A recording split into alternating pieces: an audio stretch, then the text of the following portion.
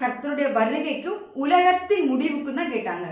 இந்த யுத்தங்கள், இந்த கலகங்கள் இதெல்லாம் நடந்து கர்த்தருடைய பிள்ளைகளை வஞ்சிக்கிற நாட்கள்ல மனுஷகுமாரன் வெளிப்பட்டு விடுவார் என்றுதான் வேதவசனம் சொல்கிறது. ஆனால் பகிரங்க வருகை, இந்த உலகத்தின் முடிவு எப்ப வரும்னா, எல்லாமே முடிஞ்சு கர்த்தர் ரகசிய வருகையில வந்ததுக்கு பிறகு, அந்தி கிறிஸ்துவனுடைய ஆட்சி முடிஞ்சதுக்கு பிறகுதான் யார் வருவா?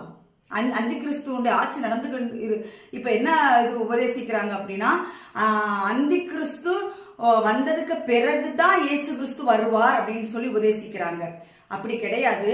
அந்தி கிறிஸ்து வர்றதுக்கு முன்னாடியே இயேசு கிறிஸ்து வருவார்னு சொல்லி வேதம் நமக்கு தெளிவாய் திட்டவட்டமாய் காட்டுகிறது. அதுதான் இயேசு கிறிஸ்து அவங்க கேட்கறது உலகத்தின் முடிவை தான் கேட்கிறாங்களே தள்ளி மற்ற அவங்க எதுவும் கேட்கற. உலகத்தின் முடிவு எப்ப வரும் ஆண்டவரேன்னு சொல்லி கேட்கும் போது ஆண்டவர் சொல்றாரு, யுத்தங்கள், யுத்தங்களின் செய்திகள் இதெல்லாமே வரும், ஆனா கலங்கா